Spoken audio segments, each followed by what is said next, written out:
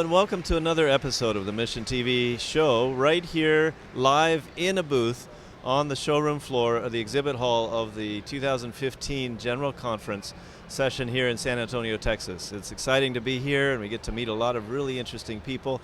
And today we have joining us one of my old friends, Scott Griswold, who I first met on a video. So he didn't meet me, but I saw him, and the video was of him and his wife praying in a mosquito net on the floor in a bamboo hut with loud, pagan is the best word I can describe, music just blasting through the bamboo walls. And I'm thinking, that's amazing. I have a hard time praying in my room with quiet and dark, and you're praying in that kind of situation. What was that time of life for you? Where were you guys? It was a pretty crazy time. The neighbors had just built a house about 6 feet away from us, and they were having their house raising celebration time. So it normally wasn't like that. But it was a time that was ripe and ready for the coup that would happen a little bit later. So and you were in Cambodia. It was a little crazy. With AFM Ministries. Yeah. And you spent 6 years as a church planting missionary in Cambodia. That's in Phnom right. Penh? Yes, from 1992 to 1998 in Phnom Penh, just shortly after the refugee camps were closed and the gospel, it was open for the gospel to be shared, basically for the first time in a really free way in Cambodia. Now, then you came back home after that time, and you were a pastor with a really good church. Everything was going well. What happened to that? Because you now then, after that, went back to Asia. We were there about 3 years in California in the Bay Area, and I knew just what I wanted to do, what God was calling to me. I was sure of, I had a plan for a cross-cultural training center based out of the Bay Area there. And then we got a call with somebody asking us to go with the GC back over to Southeast Asia and lead the Center for East Asian Religions, which was called the Buddhist Study Center at that time. Okay. And I said, no, that's not what I'm supposed to be doing. I know what God wants me to do. And my wife said, you know what? I think we better pray about it. So we began to pray. Yeah, that's right. It was her fault for getting me into missions in the first place. She'd been a student missionary. She knew about the needs. I said, the work is almost done. Why would we need to go overseas? You said that. I told her that. Wow. And she said, there's lots of places where nobody knows about Jesus. And I didn't know until I went back to Berrien Springs, Michigan, began to meet people from all around the world, and then went to a mission conference of about 20,000 people. It was an evangelical thing, and I just suddenly was blown away by the vast numbers of people and people groups who had never had a chance to know Jesus. So that's what first catapulted us into Cambodia. Yes. And then later, again, it was that sense of, okay, as we prayed, Jesus put on our hearts, yes, we needed to go back overseas. Wow. And so we did. You did. And you spent how many years there the second time? We were there 10 years. 10 years. You had a child there? All three of our children were born in Thailand, the first two the first time, and the third one later. And then you came back recently, a couple years ago, to America, and now you're working for a ministry called Adventist Southeast Asia Projects? It's been known as Adventist Southeast Asia Projects because our ministry has expanded. It's now known as ASAP Ministries, which people have known it as ASAP for a long time. Okay. And it now stands for Advocates for Southeast Asians and the Persecuted. Wow. So we did that because part of the reason is that 3 of the countries we primarily work with are on the top 30 of the World Watch list of countries where restriction to Christian freedom is the greatest. So that would be Vietnam, Laos, and Myanmar, or otherwise known as Burma. Okay. But we also are working now with other places which are at the top, towards the very top of that list of highly persecuted, and supporting people to share the gospel even when their life is at risk.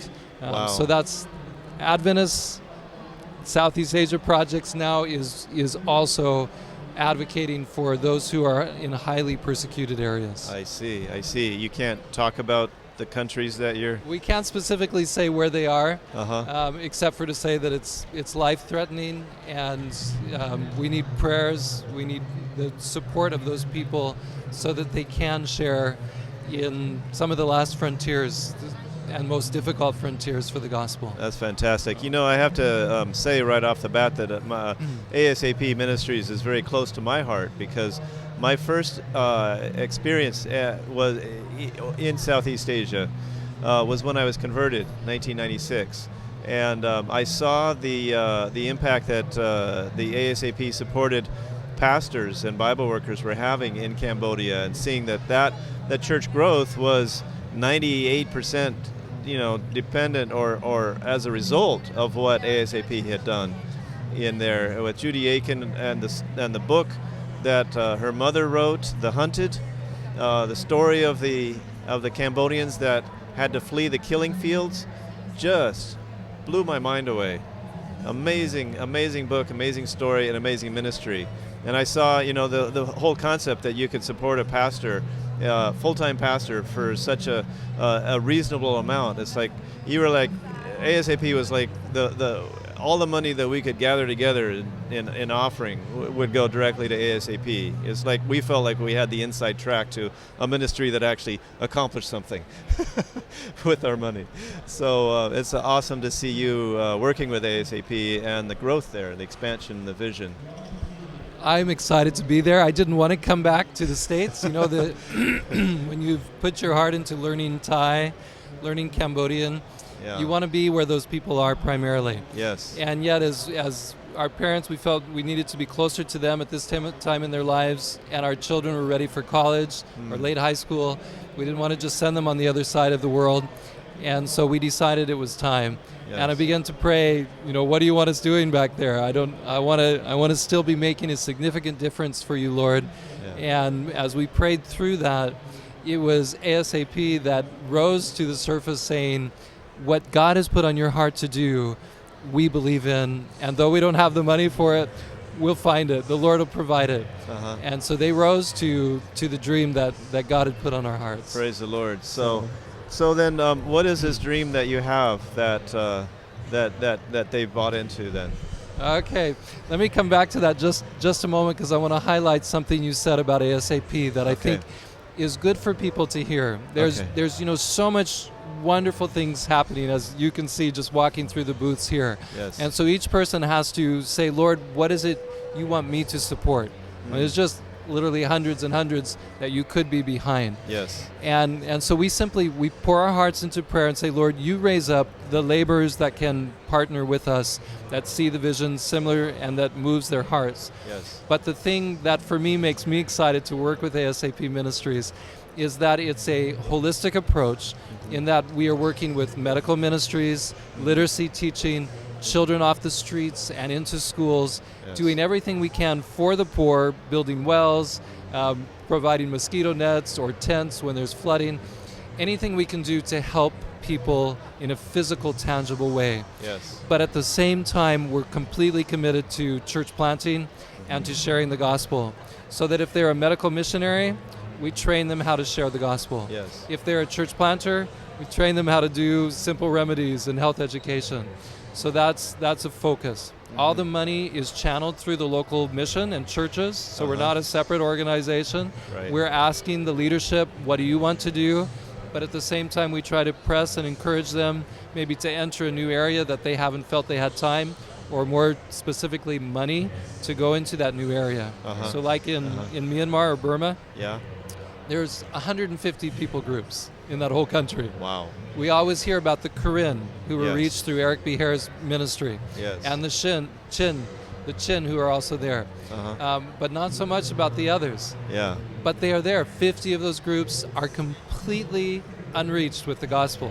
From any religion. With Seventh-day Adventist truth. Seventh-day Adventist. Okay. Yeah. No, of any Christian Catholic, denomination. Evangelical. So wow. So we have 28,000 members, but not among those, and not among the main majority Burmese group. Wow. So ASAP tries to talk with the missions and say, how about the Shan? How about the Rakhine? And now we have work going in those two areas and others. Wonderful. So national missionaries, which are much cheaper than sending a missionary like me. Yeah. That's an essential work where we have no local workers. Yes. But where we do, being able to empower them to make disciples is a big part of it. Right. So anyway, that's kind of ASAP a Ministries, as we're both agreeing, is an amazing, fantastic investment and a ministry that you can really get behind and 100% support. And I've known other ministries that are good, but the impact that ASAP Ministries has, I think, is tremendous. And so it's a wonderful ministry. And as a ministry leader, separate ministry leader, it's like, we're like a team. So it's really true. What we're doing there, you're doing in a very similar way with Jesus.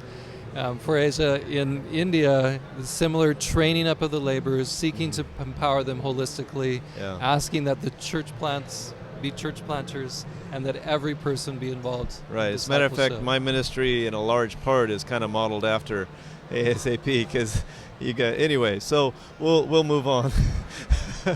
So so now that you're back here in America, how do you find ways to engage with the people group that's on your heart, the Southeast Asians? Okay, so coming back, I was not interested in being in an office, raising money, encouraging support overseas. I wanted to do ministry. I wanted to be making disciples, doing evangelism. Right. And I began to look around at many of the ministries that we have, the training ministries. We need to raise up a generation to finish the work in the world. We're not wanting just a few more baptisms, just a few more churches planted. We want the work done. Yeah. It needs to be done. That'd be nice. And so God needs to raise up, thousands and thousands of laborers from among us and from the harvest. Mm-hmm. So looking at other ministries, seeing wonderful training that wasn't there when I was in college, but now we have many training programs, short ones and longer ones, and yet not seeing a direct, specific focus on cross-cultural ministry. You train them well for door-to-door work, evangelism, pastoral work, medical ministry, agriculture, different things, but not always thinking about, what do I say to the Buddhist when I meet him? How about the Muslim? I'm afraid to talk to them. I don't know what to say. Yeah. What about just people of other cultures? If somebody can't speak English very well, I don't know. What am I going to say? Yeah. And so that began to really build in my heart. And I talked with different ones, and everybody, said, yes, we need something like that. Yeah. So as I was sharing that idea of specifically coming together with a training program, the thought was, why don't you do it in a DVD-based way, a video-based, and with specific assignments, things that could be done so that any training group could then follow up what they're doing with a focus on cross-cultural ministry. And that's when ASAP said, that's a great idea. We don't have funds, but God does. Why don't you take 8 to 9 months and just focus your energies on putting it together? So that's what we began to do. Okay. Living close to my wife's parents, they're in California, a place where my daughter could go to college for a while. We worked on it and put it together and got it done. So you've got this, looks like a DVD here? It's a DVD called Reach the World Next Door, and the North American division partnered with us to put it together and to let people know about it. And it's also a website, reachtheworldnextdoor.com. So if a church looks around like they have in Minneapolis and St. Paul, Minnesota, way up in cold Minnesota, and they say, look who's come to us. Let me just pause here for a moment to tell you, I was just there for camp meeting, a wonderful conference who's really aware of the mission field God has sent them. But as I flew in and saw this beautiful city where the Mississippi River goes through and lots of trees, I knew what was down there because I'd been reading their report. They have the largest population outside of their countries of Somalis, of Karen, of Hmong, of Oromo, and other Ethiopians, of Sudanese. They have, like 165,000 Muslims, another 68,000 Buddhists, a bunch more Jews and Hindus. It's just incredible what's happened in 20 years' time. So they take all the people from the warmest parts of the world. But so they've got all this diversity of culture. And so what did you see happening in the church? Is the church, you say that they're aware of this? Many of the churches have changed. They have a lot of immigrants in their churches, and people have adapted and wrestled with this. And then some have really had a heart, like for the Korean group, took them in. Now they meet. They're the largest Korean church we have in America now, meeting in the gym of the school. Kids are into the Christian school, helped and sponsored there. Fantastic. They're praying about the Somali population. I mean, that's a country we can't get into with the gospel. Right. That's dangerous. We may have something there, but nothing announced and known. And they're coming and here. Here they are. And so this is a guide or a training resource where people can learn to start reaching out to these different cultures and languages in their own church. So in other words, what you're saying is you don't have to go to Southeast Asia or to another part of the world to do cross-cultural ministry. No more excuses possible. My wife doesn't want to go. My grandma's too sick. We're too much in debt. No, they're your neighbors. They're right beside you. They're in your workplaces. They're in your schools. Wow. They're settling many places. Even in the rural areas, one or two at a time are trickling in, or in the universities. They're on the edge of North Dakota at the University of Minnesota. A wonderful couple that I met who have just opened their home to international students. One was a Seventh-day Adventist they happened to connect with online who was coming to the university. They brought him to church, to their home, and then he began to invite other friends until every Friday night they'd have a group there for food and fellowship and sharing the gospel. Wow. So international students, 70,000 refugees coming into America every year. They're the most open for those first 5 months. Yeah. And all it takes is going and Googling refugee resettlement for your area. Really? And you'll find an agency who's already paid by the government or some organization to care for them, receive them from the airport, help them settle in, but they're looking for volunteers. Oh. They're looking for somebody who will be their friend. Really? And it's not hard. It's not going to take all your time. You can practice some English with somebody for an hour a week, or just help them get settled, be their friend. Right. Involve them with your family so your family learns how to reach out and care. Now, what's interesting is that, being from America, reaching out and making a friend sounds like a big deal. I mean, it's hard, and I didn't, as a Laodicean, inherited and personally trained myself, to be cultivated. Making a friend it sounds really scary, but I found that in Asia and these different countries that are so relationally based, so relationally oriented, the making a friend is easy.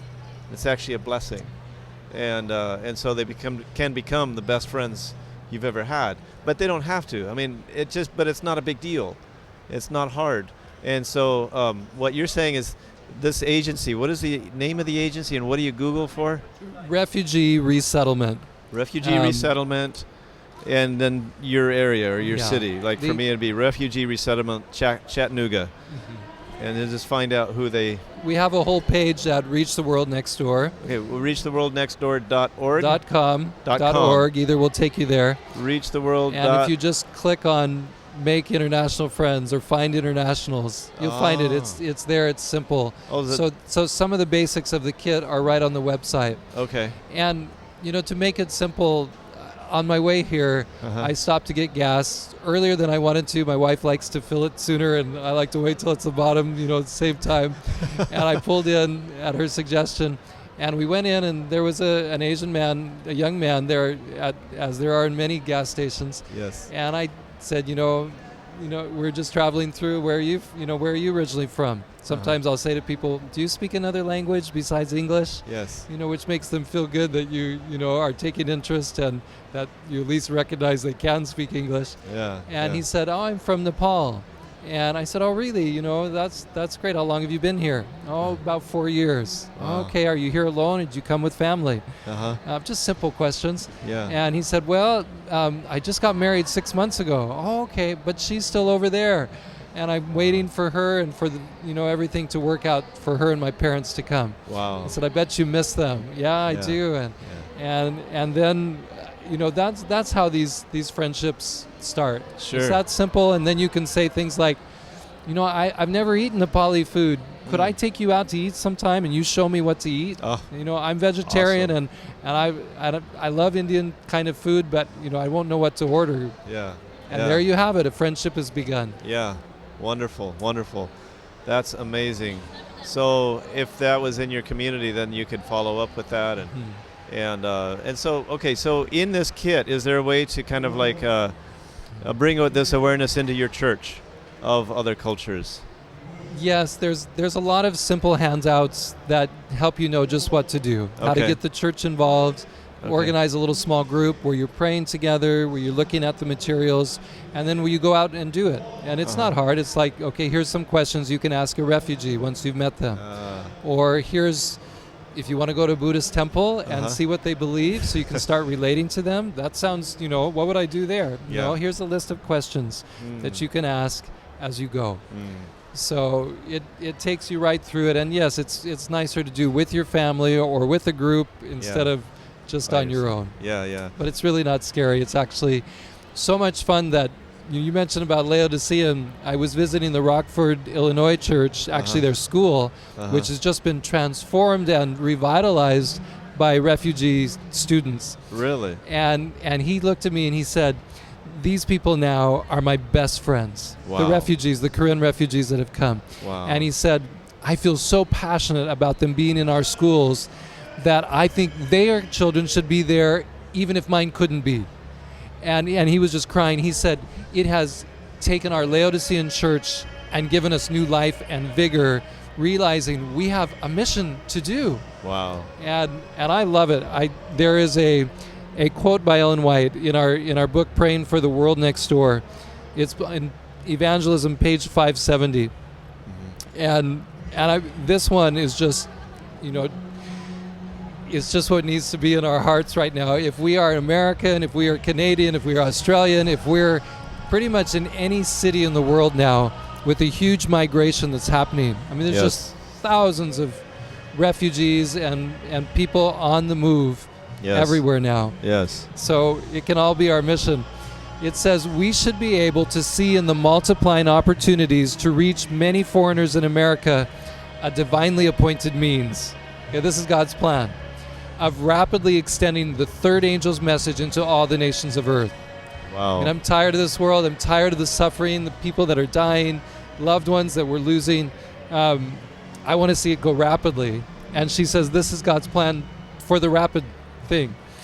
God in his providence has brought men to our very doors and thrust them, as it were, into our arms, that they might learn the truth and be qualified to do a work we could not do in getting the light before men of other tongues. Wow. Doesn't that summarize it? Yeah, that's Evangelism amazing. 570. That's amazing. So, I'm talking fast and I'm saying a lot and too much, but I just see this is God's way. International students, immigrants, we have 1 million coming into America every year, and that's legally. Wow. Well, that's like 2 a minute. Wow. There's another one that we can reach out to, and they in turn can share the gospel. They're doing it by cell phone from Iowa, Missouri conference. They're telling me stories of people in refugee camps who are hearing the gospel through people they have reached out to there in the Midwest. Wow. So, Amazing. yeah. Amazing. Well, that's awesome, Scott.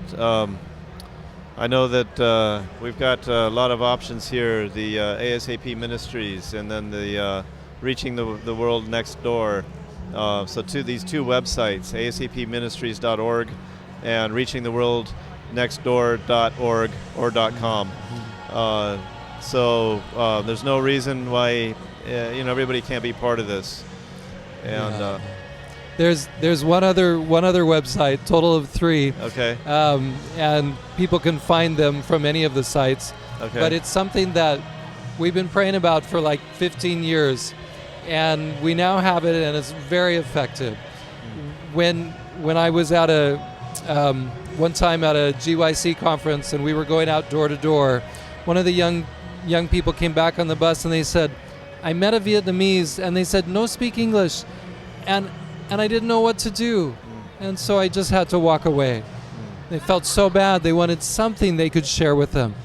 And it just triggered what we'd been talking and praying about for a long time in Adventist Mission, and that was we need a website that will immediately link people to our resources in all the languages that we have them in. Our church is rich with resources around the world. Voice of Prophecy, Adventist World Radio, It Is Written lessons, and on it goes. And now with Hope Channel and 3ABN, and we have many things. Yeah. But now we have a card so that when I finished talking to that man from Nepal and I had to go, I could say to him, I have something that has the Nepali language on it. Would you like it? Wow. And his eyes got big, and well, of course. I said, it's got good English materials and other languages, and it's got Nepali on there. Would you like it? Wow. And I handed him the card, mylanguagemylife.com. Just a neutral phrase, mylanguagemylife.com. And I put it on my own business card so that it's on the back when I give it to people.